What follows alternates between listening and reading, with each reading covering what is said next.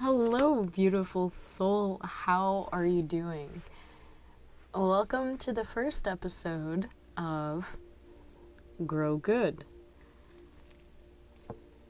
a podcast curated to explore spiritual gardening in its practicality with the intention to create clear actions that we can take day by day to cultivate a healthy and productive spiritual garden that produces good fruit. So, the purpose of this video is to cultivate the heart space garden. And I'm really thankful to take this space to be with you. I'll take a few breaths just to ground in.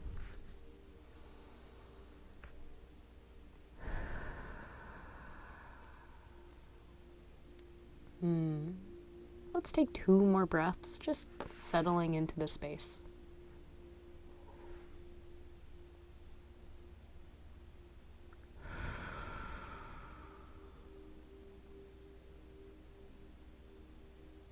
And we'll take 1 more breath.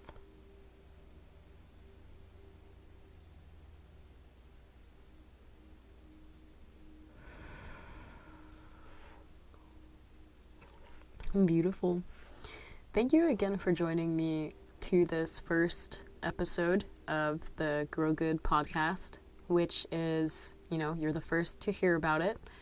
I just had this spontaneous idea that it would be cool to explore and and understand a little bit more about the podcast world while sharing something I feel very strongly passionate about, which is spiritual gardening. Now, last year I did my best to edit and share some videos surrounding spiritual gardening. To be fair, I never really finished getting through all of the seasons. I think there was a lot going on, and more about that maybe a little bit later. But today I wanted to explore, why spiritual gardening matters, what it entails, and how to practically spiritually garden. So I'm really excited and thankful for this time and the opportunity to get to explore some of this wonderful stuff with you. Okay. So I was looking through clearing my desk and I saw some papers that I've had since my journey to San Francisco, where I worked on my startup eco chamber full time, and I was faced with so many trials. A lot of them were mental, of, are you really doing this for the money? Are you really working as hard as you can?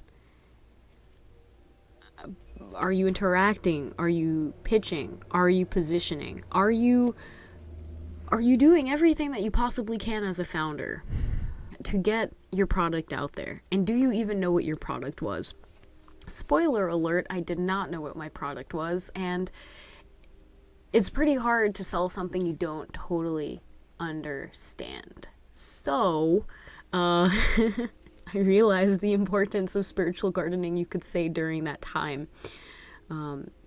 So I went to San Francisco on behalf of a school called Build Space, which invited me to come to their in-person campus in San Francisco to work full-time on my idea. It was a 3-month-long class, you could say, and we were the first cohort ever to experience this experience that Build Space was curating, right?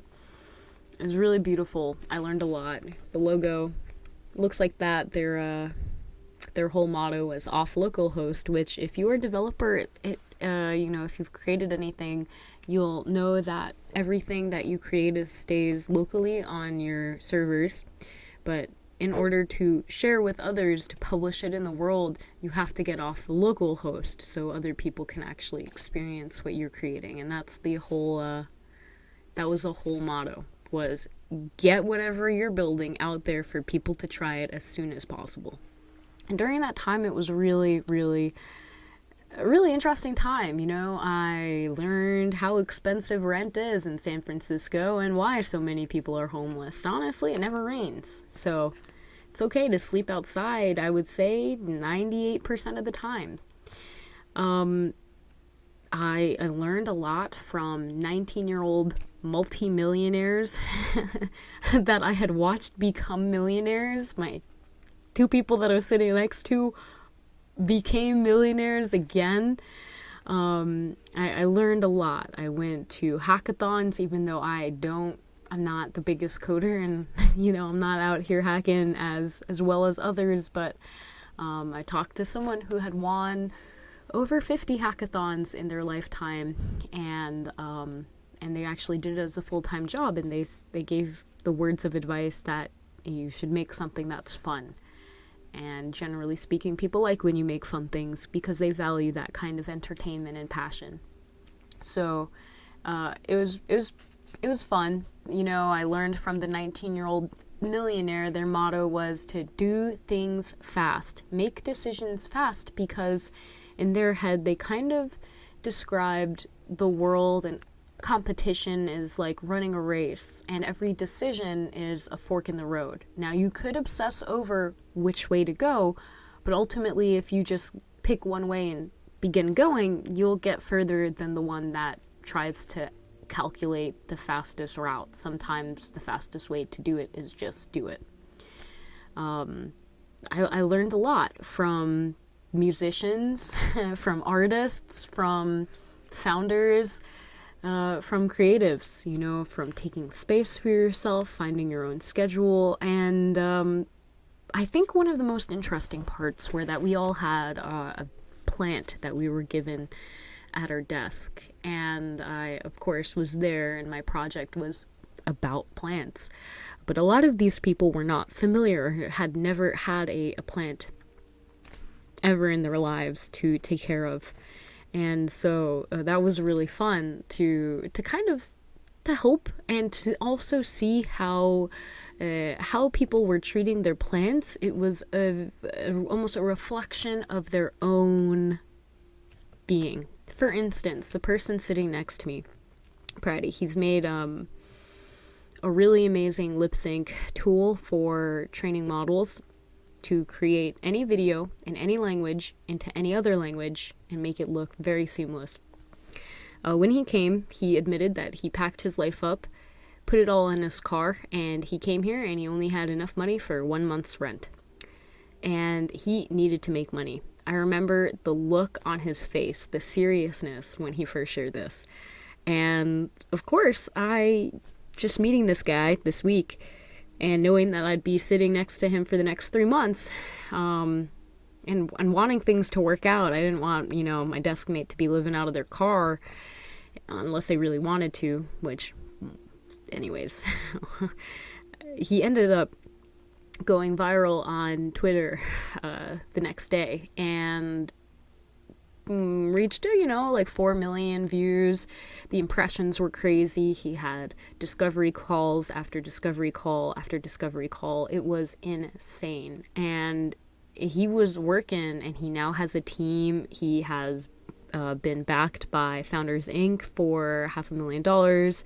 He has a team of 5. They're stationed in India, and he's doing great stuff. His plant, it was really interesting. He had a monstera plant, and the roots were coming out of the pot. It almost looked like they were going to just peek over the lip and reach and just kind of walk themselves out. And I found that really interesting, and he was very mindful, did his best to take care of this plant, but there were some times where he just felt swamped, and the plant was the last thing on his mind, to water or take care of this plant that is obviously looking a little overgrown. And this was a beautiful reflection of his soul at that part of the journey where he was expanding rapidly from where he was, and it was a real kind of battle to find balance in terms of watering himself, aka the plant, and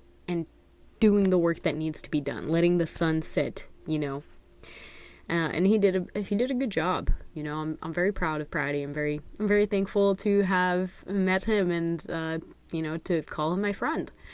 Now there's another example of someone who was very passionate, worked on a lot of different things, had so many different, they were from Mexico and they were so talented. Maggio, great guy, super cool. He's into AI. He made a search tool to research the Prime Minister, took all of the press recordings of the Prime Minister into a database so that you could look up anything. And he attempted to do this with the White House as well. So really cool. And he had a lot of passions, and I think that he was getting a little lost in the sauce at times of figuring out, okay, you know, the tool worked really well in Mexico, but the one, like the White House one, it's not, the traction isn't the same. And it was very interesting that I remember one day he came and was like, yo, my plant, the leaves are falling off, and he was overwatering. And it was interesting because I saw that reflection of his soul was kind of like lost in the sauce. There were a lot of emotions. He had a lot of ideas of what he wanted to do, where he wanted to go. He now has like created a really cool group of founders in Mexico, and you know, he mentors them and he continues to do his thing. But at that time, he definitely was feeling lost in the sauce and would take time to just like take a step back, which was really needed. And so, anyways, I guess I'm trying to say that I could go on about all of these different people and their plants, and how them taking care of their plant was almost a direct reflection of how they were actually taking care of themselves. Because that's how we cultivate the space, that's how we show up. And if we aren't paying attention to ourselves, then why would we pay attention to something else in our space? And so, why spiritual gardening matters is because I started to do weekly meditations with the group, breath works, we'd go on walks, and some people found it really helpful. In fact, my friend Tai Chi, we were doing Tai Chi with him, and it was his first time doing it, and I was like, dude, this is from Japan, like, you are from Japan, like, you gotta look into this, you gotta look into your roots. And I actually had to take his plant for a while. Yeah, a little lost in the sauce. It was just interesting because you'll see the reflections of how our relationships with matter is so tied to our relationship with ourselves. And this is a beautiful thing. So, going on, why does spiritual gardening matter? I think spiritual gardening matters because, and you can probably hear my dog in the background, he's excited. He's excited about this.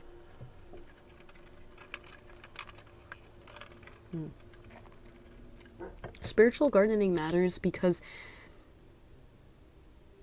it cultivates essences within you that assist with all manifestations. It's kind of like, seek ye first the kingdom of God, and the rest will come unto you. Like, seek to be wise, and all the other good stuff will come to you. Seek to cultivate your spiritual garden, and the rest will come to you. After spending over 6 years now obsessing with this question of how do we heal ourselves? How does humanity heal itself? How do we help the earth, relieve some of the pain that we have inflicted upon it that continues to grow, as evident with the LA wildfires and so many other wars and natural disasters that are happening around us. And how do we cultivate this inner sense of peace that overrides it in such a way that it actually reverses the harm that we have inflicted upon ourselves? And through this, I've realized just how valuable nature is, and how our soul, how our being is so intertwined with nature and the natural world. It is important to remember. And I think it's something that we have somehow kind of forgotten, that all medicine is derived from the resources, the natural resources on Earth, from the plants. And the medicine was derived from indigenous knowledge and traditional folklore that was passed down from generation to generation. And then eventually people started thinking, what's actually working here? And they started breaking it down into molecular levels, isolating the atoms. And when they decided to isolate those molecules, they also kind of isolated us from it being nature. So I have been sitting with this thought along the thoughts of food is medicine. And if food is medicine, then how are we treating ourselves, and what are we treating ourselves for? I was thinking about this because my nails are kind of flaky, and I was wondering, I wonder if this has to do with my diet. And I'm going to be exploring that, but these are kind of the questions that envelope spiritual gardening. So why does it matter? It matters because just like any plot of land, you can see that things are going to grow naturally, whether you want to have them grow or not. The plants are going to grow. The conditions are just so that they're going to grow whether you want them to or not, unless you do something about it. And the same could be said true about your soul and the spirits that are inhabiting you, because emotions are spirits. And our aura is open to receiving the spirits that we open ourselves up to. Our aura, you could say, is in essence this garden that we are surrounding ourselves with, that we indulge with, that we feed from, and that we also give to. And so when we give to it, we are cultivating the space. So what does this mean? Why does it matter again? Spiritual gardening matters because it teaches you patience. I think I got sucked into that woo-woo trap of feeling like my manifestations need to come like that. I remember in 2019, I had vivid manifestation vision boards and rituals. And, some of the things I did, I was like, wow. Okay. I mean, it wasn't that crazy, but a younger 19-year-old Esther was a little crazy when it came to figuring out how could I live this van life fantasy where I would be going from state to state, cross country, healing people, visiting loved ones. And sure, it was a great idea, but it was super flawed, and I was super impatient. I was like, I need this by next year. And no explanation, and no real work, and there's this whole trend of like, be delulu until it's trulu. And, in the Bible it says that God's going to cast a strong delusion upon the world, like it's happening right now. It's literally a trend. It's trending right now. But honestly, it is false, and as funny as the trend is, I have to repent for the time where I spent delusionally believing that I would be manifesting something that never came to fruition because it wasn't time and I was not cultivating properly. It's kind of like the equivalence of throwing an apple seed and then expecting to have enough apples to make an apple pie the next year. It's super unrealistic and disconnected from the actual understanding of how things work. And so I've been realizing that manifestations are the slow accumulation of matter that you are directing into the form that you most desire. If you want an apple tree, then you have to plant the seed, and you cannot expect to have apples the next year. There's also this verse that says, for the first fruit, give it to God, and the rest will be blessed. And I like this a lot, and I do see this being true. And I do see it as a way of blessing what God has given you, giving it back to source in this way of just showing gratitude and understanding of where you're getting this from. So really, really interesting. Again, spiritual gardening, I think it matters because it's tied into our spiritual hygiene, our spiritual health, our spiritual awareness. It's tied into the spiritual power that we hold. I think it's tied into really all of these parts of the unseen that are so tied to the seen. So what does spiritual gardening entail? Well,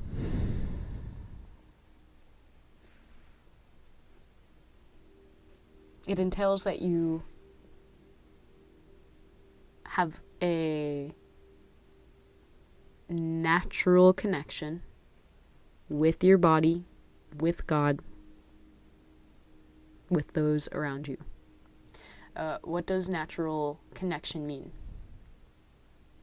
It just means what it is. Like, it's already there. You already have it.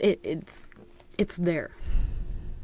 We're already cultivating our heart's garden with every single interaction that we have with our space, whether it's moving a pencil from one side of the desk to the other, or petting your dog or your cats, feeding them, sharing a few words to a loved one or a friend or even an acquaintance or stranger.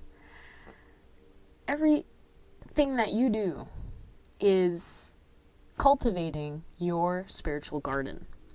And I think not many of us are aware of this, that the thoughts in our head, again, are the seeds. They are these little things with potent potential to be brought into the world, to be manifest. But they're seeds. You could eat them. They'll give you nutrients. You can plant them. They'll give you a plant. You could feed them to the birds. They'll attract other things. They're seeds. So all of the ideas that pass around our head, I almost see them as sprinkling of seeds. And so this has been a nice in terms of mindfulness practice, because when somebody is sharing something that I don't necessarily resonate with, I'm able to just kind of look at it from the essence of what kind of seed are they feeding me? Or social media, when you're scrolling through the feeds, what kind of seeds am I being fed? So that's okay. These thoughts, these ideas, the words that people are saying, they can ignite something in you. And sometimes when it sparks an emotion, that's when the seed is being planted. And if it catches your attention, that's how it's starting to grow. So seeds are important. They're scattered everywhere, so many ways. Seeds can just randomly pop up, and all of a sudden you have all these weeds, because if you didn't intend to cultivate them in your heart space, then it's a weed. Anything that you did not intend for it to be there, and that is a weed. Say maybe it's a tendency to get angry when somebody mentions something, or to be scared when somebody says something else. Those are weeds. Those are unwanted seeds, unwanted ideas that are planted in your heart's garden that now you have an emotional reaction to. And when you have an emotional reaction to that seed that is now becoming a plant, the spirits within it, there are spirits within the seed that will come awake, and they want that water. They want to feed off of the emotions that you display. They want to feed off of it, because emotions are energy in motions, and that energy that is in motion has a spirit that is backing it up, and that spirit is going somewhere. When it reaches its destination, it will leave you, And you might not know what happened if you're not consciously aware, and especially if you aren't cultivating your garden. You're just going to be going from one to the next, flowing through with no real recollection or maybe even understanding of where these energies are coming from, these emotions, why you're taking this action. And each one has a little plant that it is feeding. Oh, the spirit of anger, it has a feisty, fiery flower. And the more you feed this flower, the stronger the flames become until they start burning up your plant of patience, and next thing you know, it's even bigger. So when I think about spiritual gardening, I really think of it as this relationship with Source, and understanding that things are going to grow whether you want them to or not. What you can do is control where they grow and if they grow in your space. Really, it's where they grow. Like, you can pull them out of the ground if you're aware of it. You can discard them, put them into the compost. You can create a nice line of patient peanuts, for all I know. Honestly, I think that the beautiful thing with this practice of spiritual gardening, it has helped a lot with bringing about compassion. I don't feel a sense of I need to rush to get to A to Z, but it's rather I am patiently tending to my heart's garden, and the fruit from the different plants that I have cultivated, that I'm feeding into, will provide the manifestations that I desire, that are aligned with God's will. God is that natural cycle, that progression of time that allows everything to slowly grow and unfold in its season. You are the gardener of your life, cultivating experiences, people, places, things, ideas, creations, by simply being mindful of them, of cultivating them. So I love spiritual gardening. I've been exploring how to practically share this information for a little while, and I feel like we're still learning. We're still learning how to word it in such a way. So, cultivate means to prepare and use land for gardening, or try to acquire or develop a skill. And both of those things apply. We're honing in on this craft of having self-discipline within our soul, knowing what it is that we want more of and what it is that we want to cut back on. And just like plants, sometimes even if you pull out all of the weeds, sometimes there are some underneath the ground or in the seed bank that are going to pop up. And so it has helped a lot with understanding things are not black and white when it comes to spiritual healing or, the sense of cultivating the soul. It is about observing it in its wholeness, the light and the dark, the good and the bad, the different aspects of self and soul, and seeing them all as little tiny plants that are playing in the soil of your heart. And perhaps you had a weed from years ago and you've plucked out the mother weed, but there are tiny seedlings that pop up every now and then. And when you feel that ounce of energy that is coming from that seed, from that seedling, you know that, I have one more to pluck. I have one more to take out. And this has also helped me with the understanding of kind of sacrifice, that energy is neither destroyed nor created. When you pull out these weeds, it is not like they disappear. They're still there. And I do call upon like Archangel Raphael or Archangel Michael to help chop them up and burn them up a little bit, make them into ash so they're really good compost. And I give them back to this heart space because it is going to provide nutrients. You cannot have two plants in the same spot.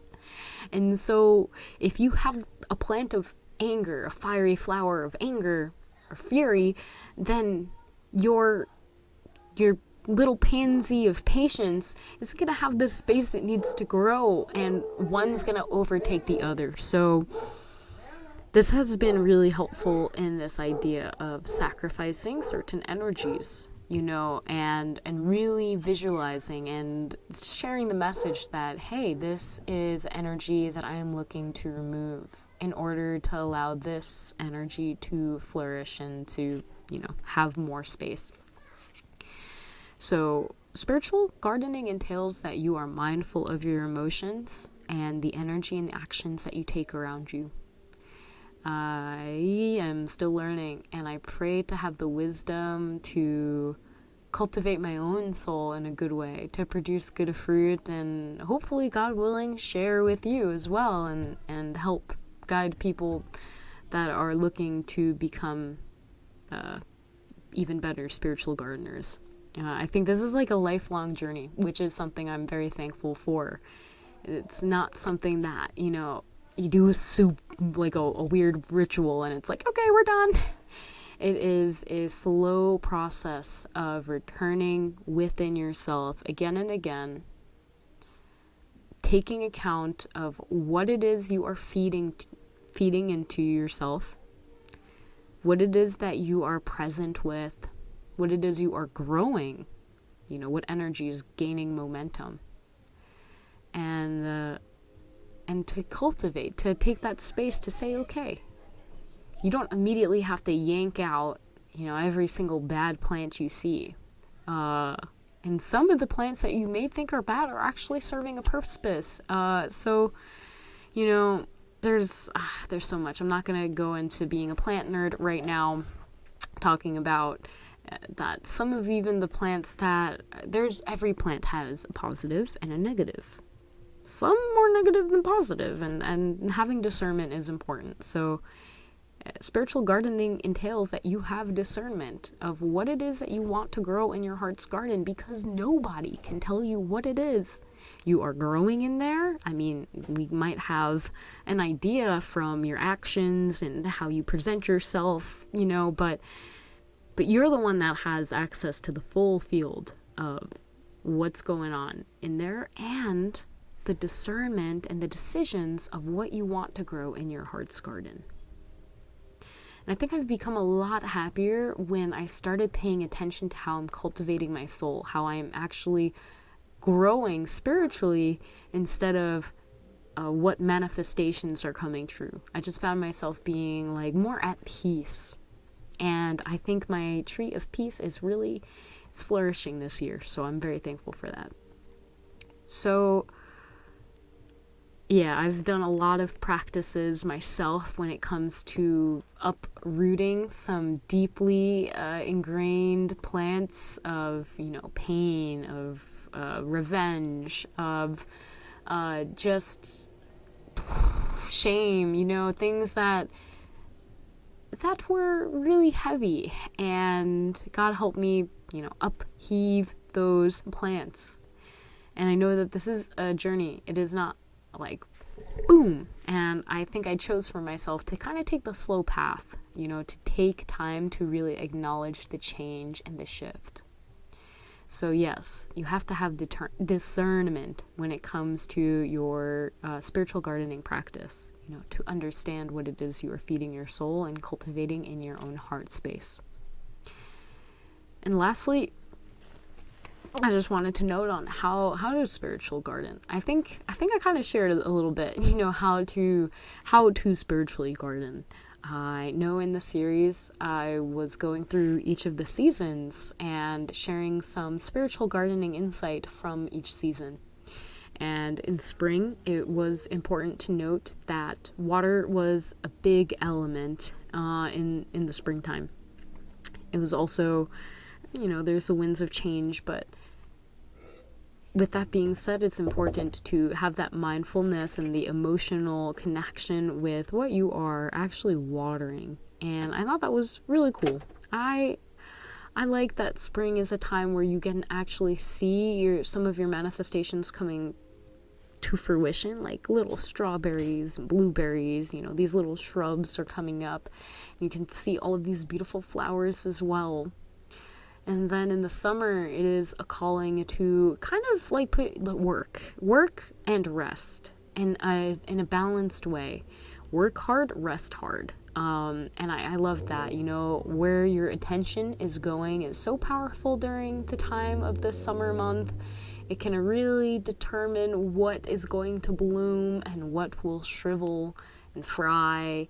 So keeping that in mind, it's just your mind is over matter in the summer, and manifestations can come through very quickly, very potently, because the action is being put in. And then of course we had the beautiful fall.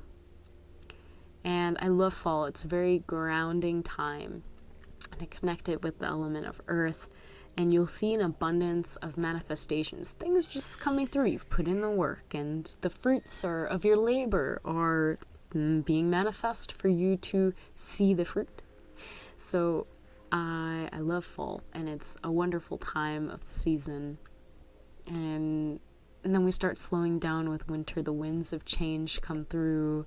We find ourselves kind of, in a way, preparing the grounds for the next season, taking care of the plants that need that care, maybe pruning a few branches that, need the pruning.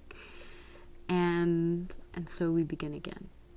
Now, I'm still learning, what God gives me to learn about spiritual gardening, and I feel super thankful to be able to share it with you in this video. And I really do look forward to sharing more about spiritual gardening in the future as it comes up, and to encourage one another on our spiritual journey to cultivate healthy, positive connections with the things, the beings, and our own being, and most of all, God, in this podcast series. So thank you so much. I really appreciate you for joining. I hope that you got something good from this podcast episode, and it's good